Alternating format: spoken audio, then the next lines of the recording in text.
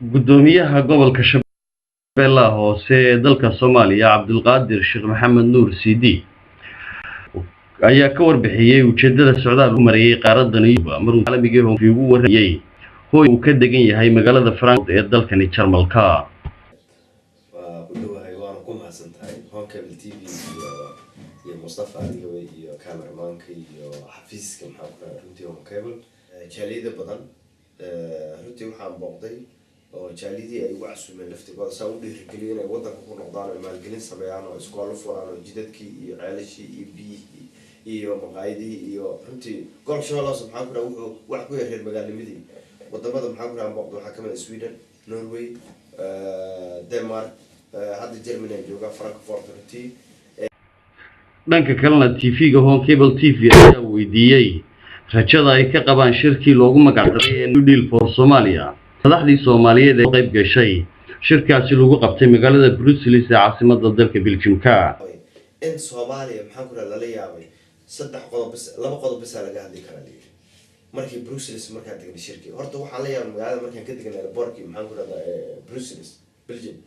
waxaan aragnay maxaa ku raada calankii Soomaaliya iyo Europe oo maxaa ku la isku garbeeyo isku xardhay magaalada lagu xardhay ilaa ay hoteeladii anaga degaynay ilaa ay howlkii shirka xaruntii midowga Europe iyo Brussels waatan aqoonsiga technology maxaa ku raada Soomaaliya baajka cala Soomaaliya iyo Europe wada degan sala wariya aad laftiga Mustafa bay joogtay shirkii runtii sala liga marka waxa la yiraahdaa hadana kun iyo maasada dawladood maxaa ku ergoyn ka socday hay'adaha caalamka international community yimid waxa laba qodob baa laga hadli karaa waa in ma inaad lacag keentid aad tiraahdo lacagtan waa wada Soomaaliya lagu deeqay maya ee maahan intaas keeni doona Soomaaliya ma wax kale laga hadli maayo leeyahay Soomaaliya sida hadda ka dhawaajisay waxaad u socoteen hawlo qaran aad ugu shaqeynayeen bulshada Soomaaliyeed waxa soo baxay hadallo ay warbaahinta qaar kood qorayeen muddooyinkii ugu dambeeyay ku sugnay dalka Jarmalka hadalladaas oo sheegayeen gudoomiyaha gobolka Shabeellaha Hoose Cabdulqaadir Sheekh Maxamed Nuur uu fakaday ama baxsaday ama goostay si walba oo loo dhigay in badan saxaafaddu way ku soo noqonaysaa taas ma jirtaayo walaal kala gudoomiye uu soo goostay mise laga yaabo inaad noqoto horta maxaan ku yiraahdaa saxaafaddu waa maasan tahay anigu waxaan ka mid ahay ragga saxaafadda saaxiib la arrintaasi waa arrin sal iyo raatoona leh oo been qada سالي مركز نين برصاب كأح قبل كشباب الله سامع قبل تورك قبل ugu qalisan ugu cagaaran ugu dadka fiican ugu reerbaga macnaha inuu maanta isu dhiibo wuxuutinimo xoogom macnaha waa arrin meesha gali karin New Deal ka maxaa ku ragga dawladda ku faanayso gobolka lagu faanayo gobol toona lagu faanayo aniga ahay gobolkayga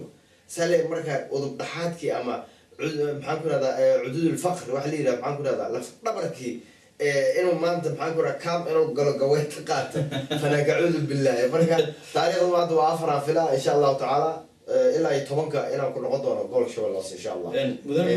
insha Allah hadana xaalad caafimaad operation ayaan galay xabaday ugu jiray maxaa ku raado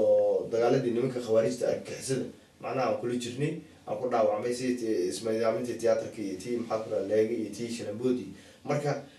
isbitaalka maxaa ku raado checking ayaa maray ugu dambeeyay operation-kii way dhamaaday hadda alaabteydii waa xirtay goosashada gudoomiyaha gobolka Shabeellaha Hoose ee Soomaaliya Cabdulqaadir Sheekh Maxamed Nuur Siidi ay dhawaalaba qorayeen saxaafadda Soomaalidu ayaa waxay noqonaysaa mid aan waxba ka jirin kadib markii uu uga warbixiyay halka hawlihiisu marayaan telefishinka caalamiga ee Home Cable TV xarunta uu ku leeyahay Yurubta dhexe Mustafa Haji Aadan Haarun telefishinka caalamiga ee Home Cable TV wararka Yurub